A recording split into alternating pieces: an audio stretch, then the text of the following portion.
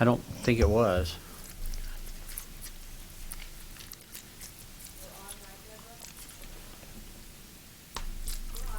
Okay. All right. Good afternoon. I'm going to call to order the this work session of the Larimer County Board of Commissioners.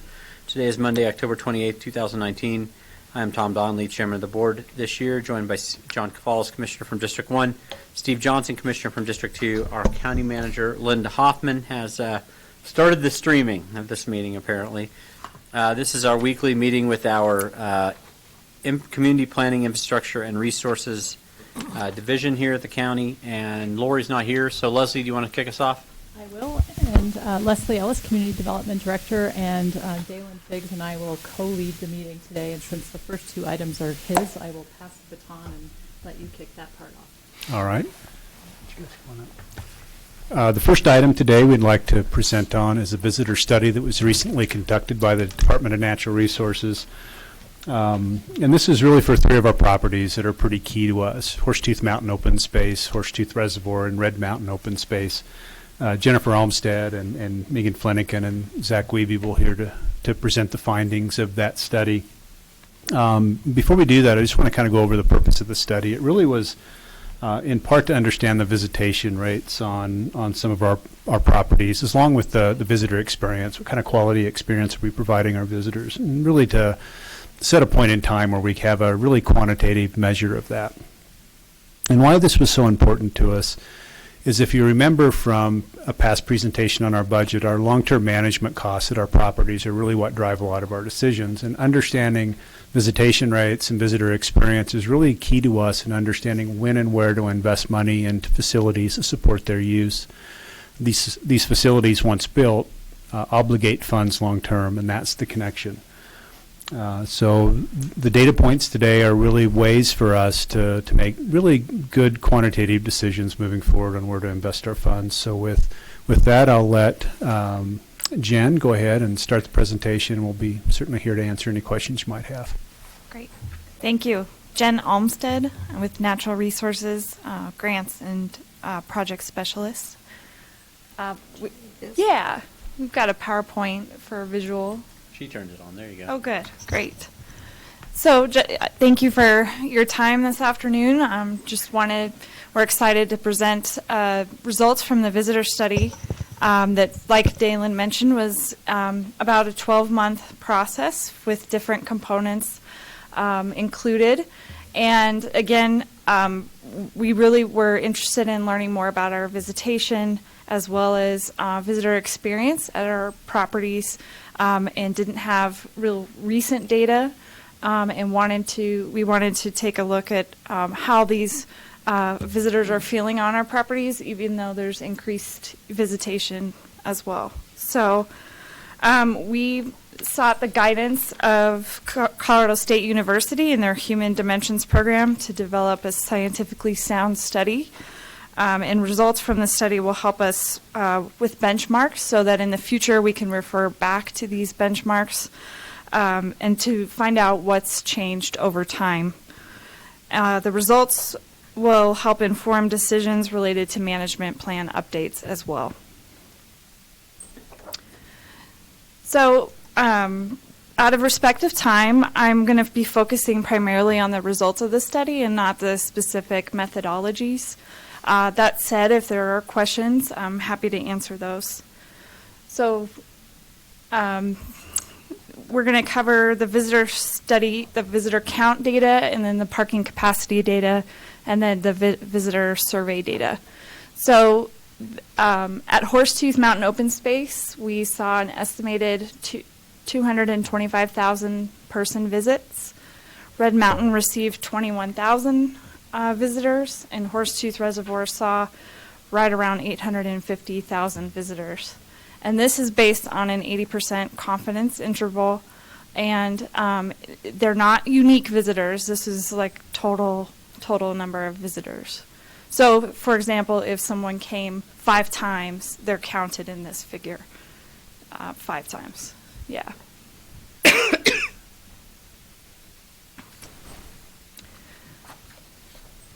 So for parking lot capacity, we looked at 2 properties. We looked at Horsetooth Mountain Open Space as well as Horsetooth Reservoir. Parking lot capacity was determined when 5 or fewer parking spaces were available within a given lot. At Horsetooth, we used a webcam by trained staff and volunteers over a 12-month period. The results show that May, June, and July hit capacity most often, and Saturdays and Sundays are by far the busiest days of the week, not surprisingly. These graphs represent the times of day that parking lots reach capacity on the weekends compared with all other times combined. So the darker blue representation on the graph, that's just looking at weekends, and then the lighter gray is all other times combined. So weekends between 10 and 1 o'clock, the main parking lot reached capacity 60 to 70% of the time, and Soderberg reached capacity 44 to 64% of the time. However, if you're looking at the aggregated data between 10 and 1, these capacity percentages are reduced in half. And so this data demonstrates to us that we're hitting capacity less often than we thought.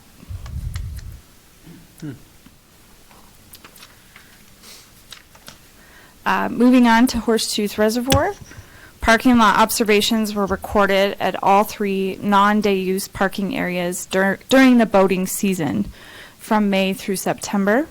And these results are likely a little bit low because there's a little bit of margin of error that was entered and recorded by staff. But we still feel that we're very confident of the data that's being presented here, which shows that July is the busiest month of the season, and Saturdays and Sundays are the busiest days of the week, reaching capacity at 5 to 18% of the time. The graphs on the screen, again, show the representation of the times of day that these parking lots reach capacity in comparison with all other times combined. So all 3 areas were most likely to hit capacity on weekends between 1 and 3 p.m., ranging from 13 to 42%. Again, surprisingly, this demonstrates that we're at capacity less than half the time, even on our busiest days. Okay. And moving on to visitor intercept survey results, we conducted a exit survey. So as folks were exiting the park, we conducted surveys asking them about their experience. And this was over a 12-month period at Horsetooth Mountain Open Space and Red Mountain Open Space. And what we learned is that the hiking is the most popular recreational activity. Foot-based recreation, which includes hiking, walking dogs, wildlife viewing, represents the overwhelming majority of users at these open spaces. Other activities such as mountain biking and horseback riding represented 15% or less of overall use. Additionally, we learned that at Horsetooth Mountain Open Space, hikers are more likely to use the main trailhead, and mountain bikers are more likely to use Soderberg trailhead.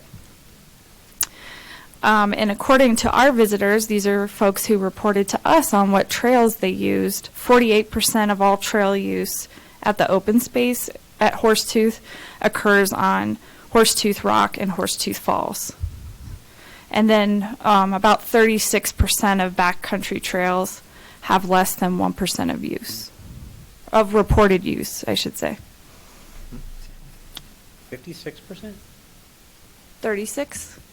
What amount occurred at Horsetooth Falls and Horsetooth Rock? Oh, 48%. That's it? I always said it was 88%. Is that true? And this is reported. These are folks. Yeah. Where else can you go? Oh, there's tons of trails. Well, I know, but nobody go. I never. There's about 29 miles, and those represent just, 2 of those 29 miles, but they're the popular 2. Yeah. So. Okay. All right. Interesting. In terms of quality of facilities, visitors rated our facilities very high, as good or very good, ranging from 88 to 99%, with the exception of restrooms at Horsetooth. And visitors rated the overall quality at Horsetooth and Red Mountain as good or excellent. As part of our visitor survey, we also wanted to evaluate crowding and conflict. And we worked with CSU to develop a series of questions to help us tackle kind of a bigger question of, are people feeling crowded? And what we learned is that in general, visitors at this point in time don't feel crowded at our open spaces, at the 2 open spaces, and experience little to no conflict with other users. It's not to say it doesn't occur, it's based on the results. It doesn't occur very often. So you asked about those 2 as far as crowding, but they're really different levels of use, right? Correct. Yeah, I mean, Red Mountain Open Space had, on the threshold of crowding was almost none. None. Right. And we'll get in the next slide at like what our indicators and standards were. And then over 90% of visitors reported. So we also want to know if they were avoiding other properties, and they indicated that they weren't avoiding other Larimer County properties. So the indicators and standards that we use to sort of measure what crowding and conflict, this was recommended by CSU based on human dimensions literature. But 80% or more visitors should be satisfied with their experience, and we had, in the upper 80s, 90s. No more than 35% of visitors should feel any level of crowding. At Red Mountain, we had almost none on that threshold, and Horsetooth is in that lower 30 range. So even though we met that indicator and standard, it's something that we want to look at again in the future to see if that threshold is met. And then no more than 25% of respondents should report conflict with other users. That was pretty low, between 9 and 19%. And the last was 80% or more of visitors should encounter fewer other visitors than their norm.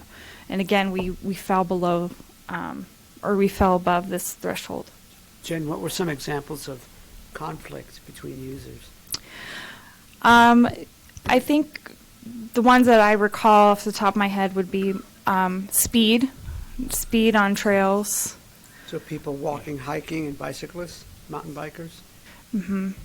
Yeah. What about horseback riding and walkers or hikers? Sure. I don't recall as much any of the conflict between those 2 user groups. If it was hikers, seeing more hikers than they expected to see, or speed of mountain bikers. It's usually mountain bikes and hikers, right? Yeah. It's typical. Yes. Typically, isn't it? There's so few horse trailer parking spots at Horsetooth Mountain that most horseback riders don't go there anymore. Yeah. I don't even know if there are any, but they let cars park in them, so they're useless to horseback riders. Mm. Yeah, you don't even see very many. You don't even see horses. I never see horses at Devil's Backbone even, and there's actually trailer parking there, and I still never see them. But That's right. Red Mountain, you see some horses sometimes. Mhm. You go up there. Yeah, they tend to go there. And Soderberg Trailhead does have horse trailer parking, but it's rarely used. It's just not a real attractive spot for horseback riding. I've ridden there. And Hermit has trailer Yes. parking, but I don't know if anybody uses that, do they? There is also a horseback dedicated campground that Yeah. usually sells out to non-horseback users at a point in time we open it up. So,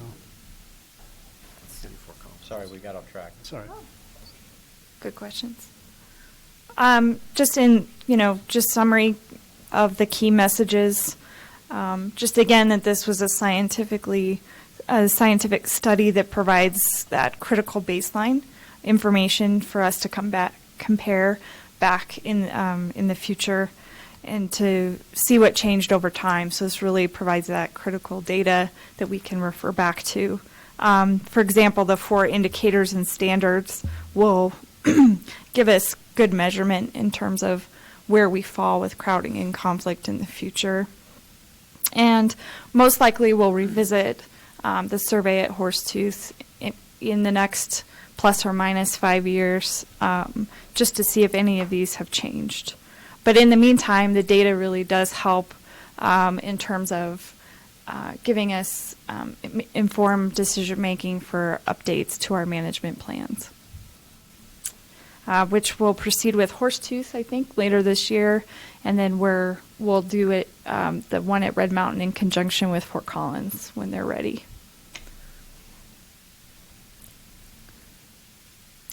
That's what I have. Zach has some brochures and an executive summary of the report that he'll pass out. But all of this information is available on our website, the full report under natural resources.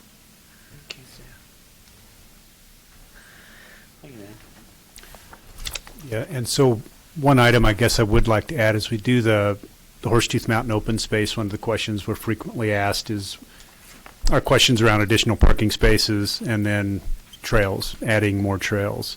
And I think a key couple of takeaways from this study, one indicates that we're not always at capacity, so we probably have a little bit of time before we build another parking lot, though we do have one sort of in a holding pattern.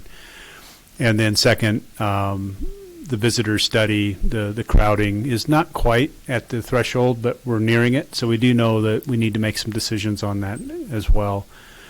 The trail system, interestingly enough, most of our trails are not being utilized more than 1 or 2%. So we have several of our trails that are not used. They don't go to Horsetooth Mountain or Horsetooth or Horsetooth Falls. So the other option we have on added trails is really to look internal to our trail system and see if we can provide a little different visitor experience by rerouting some trails, maybe restoring some, rebuilding a few in other places. So I think this study and the data that come from it really show us some options we have before we have to make a lot of decisions about expanding existing facilities to either, for new trails, new parking lots. We can probably manage what we have a little bit differently. So I think this management plan, the Horsetooth Mountain Open Space Management Plan, gives us some opportunities to flesh out those types of questions. Okay. All right. Any questions? No? Great. All right. Thank you. Thank you. Thank you. Good work. Thank you.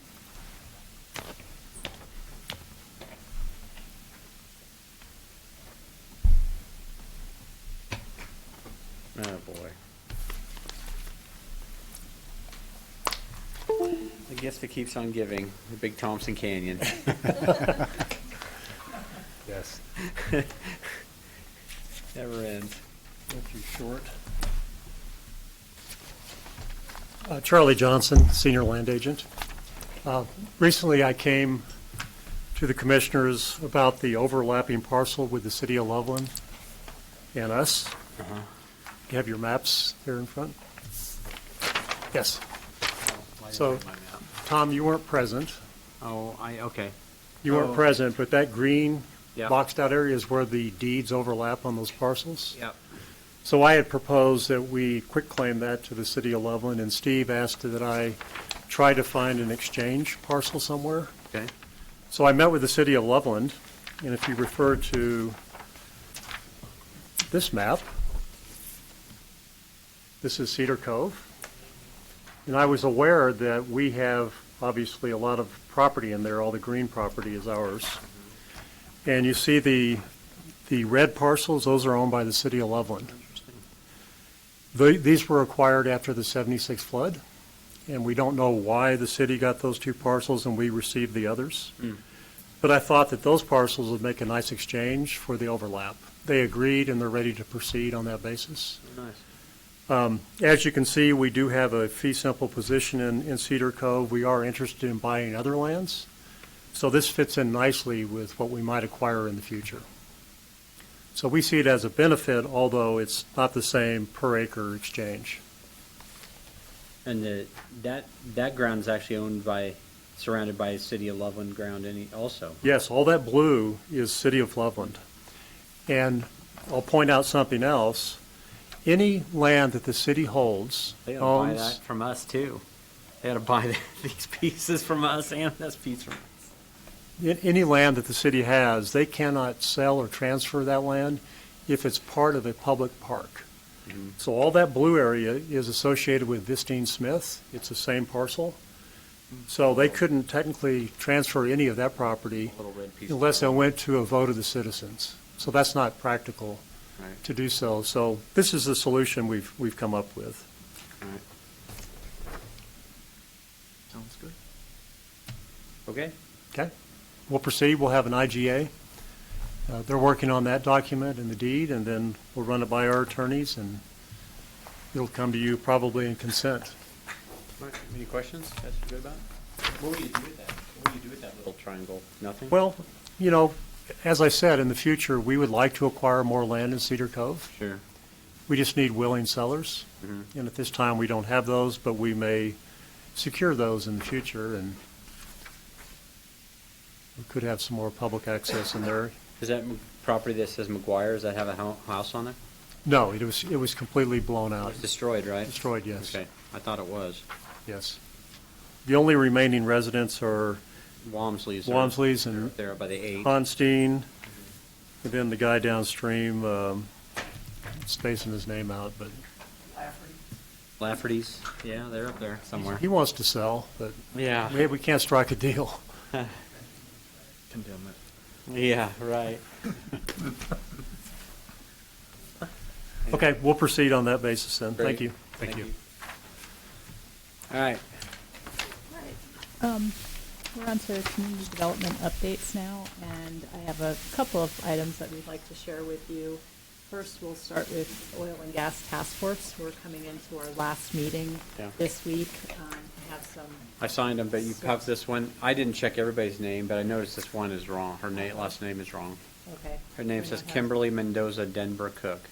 I Oops, think her name is Kimberly Yeah. Mendoza Cook. you're right. So you'll have to give me that we back. may have to come back and find you later for that one. 'Kay. Thank you. So, But we're check the coming- rest of them too. We will. So we're coming into the last meeting. We will be sharing out some draft regulations this afternoon, and then we're getting input from the task force on what they think about the various components of those draft regulations. So you have a draft of the agenda in front of you, and on the back side is what we propose as being a schedule forward, or a couple of options potentially about how to move forward. And so we also wanted to get some feedback from the task force on next steps, so that we would have a chance to check back with them in a couple of months after we've been working on the regulations, and also the public. And so you can see the schedule that's there proposed. And we just wanted to share this with the three of you before Wednesday, in case you'd like to put anything else on the table, or if you have any input on this before we talk to the task force. And Matt, would you like to add anything, or is that No, enough of a summary? other than to say that the regulations we have probably aren't all-inclusive because the state covers so much stuff, but they're probably 80-90% what we need to have. And in preparing them, what I found, a lot of information that is in our regulations and other regulations that are out there right now, is that a lot of it's replicative of what happens at the state. So there's dual efforts that would be going on if some of these things get adopted. And so we're going to have to understand what those things are going to be in the long run.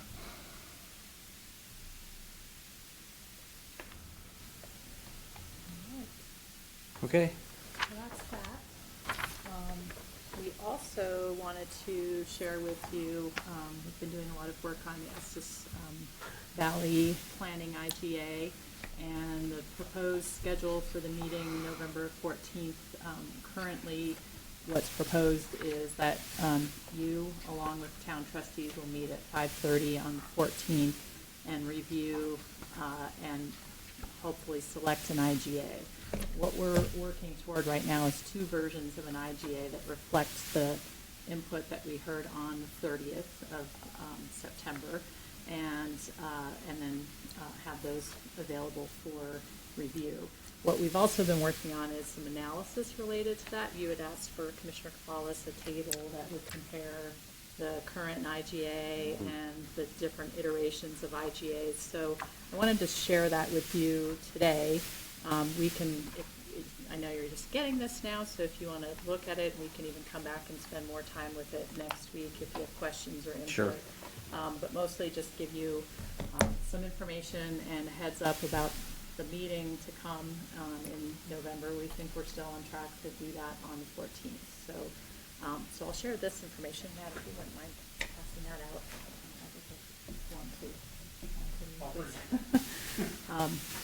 And so that's what we have for you today. I don't, Linda, I know you and Lori had a conversation about sharing some of this information. If there's anything else you'd like to chime in, please do. Otherwise, we'll just make that available for you today. And then I think, given that you're getting it hot off the press, come back and spend more time with you on it next week. It looks like this text might have been updated. I think the thing that- You're right. It did. How about if I email it to you? Leslie, thank you for your work Yes. on this, side Oh, by you're side. welcome. Yeah. And you feel like there's something cut off? Oh, there's a little bit. Yeah, Okay. what got cut off is the Okay, range. so you'll email it to I'll us email it. or Yeah, print it there was out a, at a smaller font or print something? Okay. Box size. yeah. Okay, okay. So I'll make sure to get that to you freshly. Yes. And not sharing the cost data with our partners in Estes, because it's really more for your information. These are not Estes costs, so I would ask you to send those. Deliberatively, Yeah. confidentially or something? Yep. So. It's work product, perhaps. Since we're running a little bit ahead of schedule today, maybe what I will do is just take 2 minutes to run through Although this- what you have here podcast, by the way. without getting into the Okay. details of it. So, on the matrix, there's a summary of the different topics that appear in the IGA, and what we're working toward, as I mentioned, is a version, a B1 and a B2, or an option C or an option B. The town and we have kind of named them different things, but they're the same version of an IGA. And so what this does is go through each of the topics, the comprehensive plan, whether we would be doing that jointly or not, the planning area boundary, whether we're carrying that forward or not, the whether or not we would use the Estes Valley Development Code or Larimer County Code. That's been one of the issues, that there were some different perspectives on how to carry forward on that. Similarly, the question about the planning board and the board of adjustment. Those were the two big items where there were some different ideas and opinions about how to move forward. Annexation policy, Commissioner Donnelly, you had given some input about bolstering that section of the IGA, and we did take some steps to make some recommendations to suggest some stronger language on the IGA, or, Okay. I'm sorry, on the annexation Current policy. IGA. Okay. So that's down on page 3. Yep. So there's some information about staffing, basically who does what. It got rather complex in the current IGA in terms of planning staff, engineering staff, and so on. So the last 2 pages of the packet actually are a summary of the staffing and who does what. And so you can, just so we can be clear about how they relate in the current and the new IGA. And those would be the same regardless of which IGA path we pursue. And then there's some information about the term of the IGA. We're actually asking that we don't make any transitions until April 1st rather than January 1st, just so we have time to make sure all our ducks are in a row and that we're ready to start processing development reviews. So we've asked that the town continue to process development applications through the end of March, in essence. Regardless? So, regardless, yeah. How could they do that if we split? There'll be a different code. What would we do mechanically? So basically, we'd be continuing the existing IGA So for just- an extra month. Okay, So, or in 4 essence, months, or yeah. 3 or 4 months? Yeah. Okay. Yeah. So that's what this summarizes, so hopefully that's, Expires in February. There'd have to be a small agreement to And do so that. you So extend we it go till through March. March? Yeah. Okay, only 1 month, Yeah. okay. yeah. So that's what this summarizes. Start in January. I think we tried to present it as accurately and objectively as we could. If you spot something or have questions, let me know. And then what the table does is look at One-time. potential county costs, just for our staffing and transitional costs and potential sharing of things like the comprehensive plan and the code. And so that's just some quick analysis of what may be entailed in these various iterations. And like I said, I will share that with you another way so that this very last column isn't cut off. How confident are you in your cost estimates for the comp plan and the development code? I would say those are good cost estimates in You that think they can they're do a comp plan for similar to $300,000? You think? what we spent 300,000? on comprehensive plan Okay. and what would typically cost a, jurisdiction of about that size. And 500,000 for the land use code. Probably 400,000, somewhere in Okay. that ballpark. Okay. It really depends on the complexity of it all and what types of issues get identified. Okay. Crazy. But we've provided here a range just When because, we do the there's a plan. lot of uncertainty in this and it really depends on some policy decisions and choices about how we carry forward. So I don't want to imply that there's, one number and that's it because it Right. really It's a range. Mhm. Sure. So there's that. Please do let me know if you have questions, and I think we can certainly revisit this as we get a little bit closer to having the meeting in November. Yeah, why don't I suggest the board review this and we'll talk about it again next week. How about that? Does that seem okay? Yeah. All right. Good. Last item is our agenda for today. You've got 2 consent items, 1 discussion item, and a code compliance public meeting. And so happy to answer any questions. There but is an update about the campground. We will be making a revised staff recommendation on that particular Apparently, a case. lot of work has been done by the campground owner, and so staff is not recommending that we revoke Right. special review for Right. this 50-year use. We're recommending that you Right. consider tabling it to another. Give them a little date. more time to finish. Yeah, John? Oh, thank you, Mr. Chair. Thank you. That's right. I don't need to get so close. No.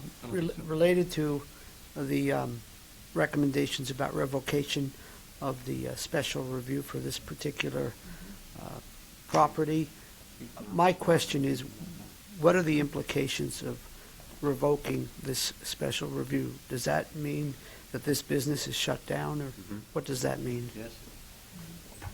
Yes, it would mean that. In essence, yes. Not just the lots that are developed in the floodplain or floodway. Every lot, everything.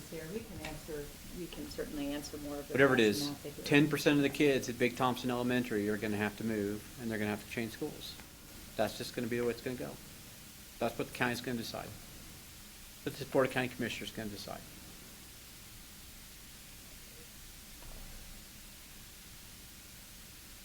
I'm looking at you. So you'll hear more about that at the hearing, but we can certainly answer those questions after. Yeah, I would appreciate that, because I don't believe I've experienced the land use hearing where one of the question at hand was the potential revocation of a property's review, development review approval, and so I'd like to fully understand the implications. Mhm. Yeah, we can answer that at the hearing. But I It's only guess, happened a couple times It's in only the history of the county. Twice, right? but ultimately it means that the business would have to shut down. Absolutely. Could they ever come back? That's Unlikely. very difficult. That would be unlikely. They Okay. could- Last one we did. Thank You you. have to ask for a new special review. Right, they Yeah, need to and go through a it's- process. Well, it's the floodway. The floodplain mapping now would prohibit it from, that's why I'm really Dean, it's difficult been to there. come back on, so. It's been there for so long, it predates all the floodplain mapping, right? It would never be able to get approved now. It would almost never, like, But with an updated floodplain map, does allowing it to continue, does that put families at risk, or these? Frank, why don't you come to the microphone? There's some pre-existing nonconformity that existed there. Well, I know, I know you all are aware of this, and I think. Introduce yourself, Frank. This is Frank Haug, Assistant County Attorney. We can answer those kind of broad-based questions. To the extent we're going to talk about the particular issue, we probably better wait until we're in the actual yeah, in the actual hearing, right. That's a good point. But if you have questions about the process generally, or what the options are, or the history of when we've done it, stuff like that, we can certainly talk about that. All right. Well, so maybe you could speak to this, and probably Matt can. It would be difficult to gain approval for any kind of use inside the floodplain, especially a campground or something like that now, right? It would be next to impossible. That's correct. Yeah. It's you got it in a flood plain. If you're outside of the floodway and you're in the flood You have fringe, to elevate the whole you would site. have to and show things like that you can elevate the site and not cause adverse impacts either upstream or downstream of that addition. And then you're in front of the floodplain review board having to illustrate how that works. Yeah. Okay. All right. So we don't have any further updates for you today. So unless you have any questions for us. Anything else? Did you say something? No? You guys have anything else? Very good. Board's adjourned.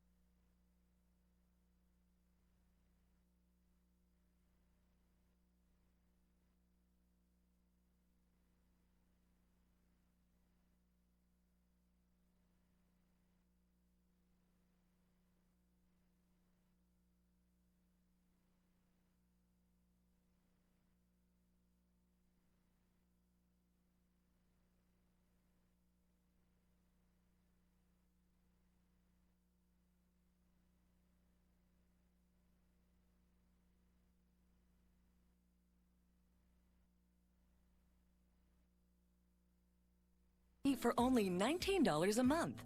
And Select Quote found his wife Wendy a $500,000 policy for only $17 a month. Our secret? At Select Quote, we aggressively comparison shop up to 10 highly rated companies to find you the company with the best rates. We found Gary, 35, a $1 million policy for only $22 a month. Why pay more? Give your family the security they need at a price you can afford. Call 1-800-288-5950 or go to selectquote.com now and get the insurance your family needs. At a price you can afford. Select Quote. We shop, you save.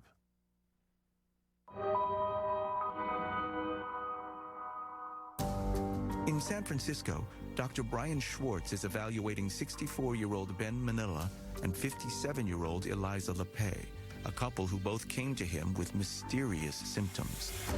After he rules out the possibility of a stroke, he starts asking questions about their travel history. One of the first questions he asks is, where have they been? Now, sometimes when people go to very exotic and faraway places, then you know to look for certain things. But Ben and Eliza had just been to Hawaii, like many, many other people. There were a number of possibilities that Dr. Schwartz thought of that could explain some of their symptoms. One of them was something called ciguatera, which is a fish-borne food poisoning that comes from an algae, and that can cause a lot of issues with the nerves. I did go down that avenue with them and ask them about what types of seafood they ate, but nothing really fit well with that exposure. Other things that I was thinking about were leptospirosis, which is a type of bacterial infection you can get from contaminated water from animal urine. The reason this came up for me was because this is something that's been noted to happen in Hawaii, which we see less of it in the rest of the United States. Although really the signs and symptoms didn't fit well, they didn't have a fever. He at first had no idea what it was, couldn't figure it out. And then he sort of started thinking, well, maybe there's this thing I've heard about, and the only way to really tell for sure is to do a spinal tap.